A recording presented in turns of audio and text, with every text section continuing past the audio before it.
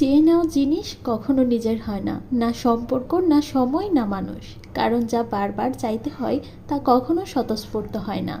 যে সম্পর্কের জন্য ভিক্ষা করতে হয় সেখানে ভালোবাসা থাকে না, যে সময় চেয়ে নিতে হয় সেখানে গুরুত্ব থাকে না, আর যে মানুষকে ধরে রাখতে অনুরোধ করতে হয় সে কখনো সত্যিই নিজের হয় না। পৃথিবীর সবচেয়ে সুন্দর জিনিসগুলো চেয়ে নিতে হয় না, সেগুলো আপনা আপনিই পাশে থাকে।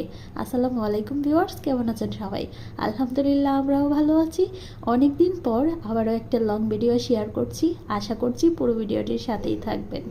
প্রায় 15-16 দিন পর আজকে নিজের কিচেনে রান্না করছি। বাবার বাড়িতে ছিলাম এতদিন, ঠিকভাবে তেমন কোনো ভিডিও আপলোড করিনি। ড্যাশবোর্ডের অবস্থাও খুব খারাপ, সেটা আর নতুন কি। কোথাও বেড়াতে গেলে বা যে কোনো জায়গায় যাই আমি কখনো ভিডিও আপলোড করি না, ইচ্ছেই করে না কেন জানি। ড্যাশবোর্ডের অবস্থা তো পুরাই খারাপ, লাল বাতি চলে আছে। কবে জানি সব কিছু আবার ঠিক করতে পারবো। বাসায় এসেছি গতকালকে রাতের বেলা যতটুকু কাজ করার সব কিছু সেরে নিয়েছিলাম, তবে কিচেনটা সবার আগে পরিষ্কার করেছি।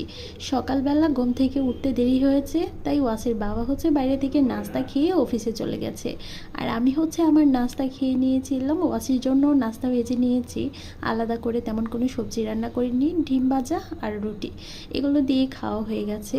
তারপর দুপুরে রান্না করব, তবে সকালবেলা একটু বেশি করে রুটি বানিয়ে নিয়েছি, দুদিনের মতো চলে যাবে। আমি বরাবরই এই কাজটা করি, একটু বেশি করে রুটি বানিয়ে ফ্রোজেন করে রেখে দিই। একদিন কষ্ট করে বানালে দুদিন আরামসে চলে যায়। যাই হোক, নাস্তা খেয়ে তারপর চলে আসলাম দুপুরে রান্না করার জন্য।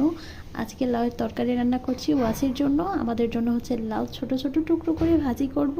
আগে ওয়াসির জন্য তরকারি বসিয়ে দিচ্ছি, ওর জন্য পাঙ্গাস মাছ দিয়ে লাউ রান্না করছি। আজকে যেহেতু আগে থেকে তেমন কিছু গোছানো হয়নি, তাই একটা একটা করে রান্না করছি, অন্য আরেকটা গোছাচ্ছি। শুরুতে কিন্তু ভাত বসিয়ে দিয়েছিলাম, আজকে ভাত বসিয়ে বাকি সব কিছু রেডি করে নিয়েছি। এখানে তেলাপিয়া মাছগুলোও ভেজে নিচ্ছি। আজকে রান্নাগুলো একটু তাড়াতাড়ি সেরে নিচ্ছি, 2 চুলায় রান্না করছি, নইলে বরাবরই আমি 1 চুলায় রান্না করি। গ্যাসটা সহজে ফোরাতে চাই না।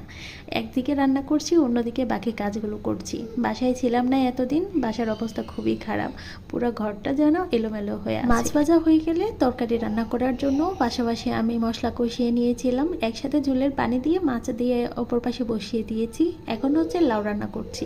লাউ রান্না না, লাউ ভাজি করছি। এভাবে কারা কারা লাউ ভাজি খেয়েছেন অবশ্যই কিন্তু কমেন্ট করে জানাবেন। রান্নার কাজগুলো যদি আগে থেকে গোছানো হয় তাহলে কিন্তু রান্নাটাও তাড়াতাড়ি হয়ে যায়। আমার রান্নাটাও আজকে তাড়াতাড়ি হয়েছিল, তবে আগে থেকে গোছানো হয়নি। বাইরে বৃষ্টি হচ্ছে আর এখানে আমি আইসক্রিম খাচ্ছি। ঠান্ডা দিনে ঠান্ডা ঠান্ডা আইসক্রিম, এতদিন ঠান্ডায় ভুগেছি, তাই আইসক্রিমটা সম্পূর্ণ নিষেধ ছিল।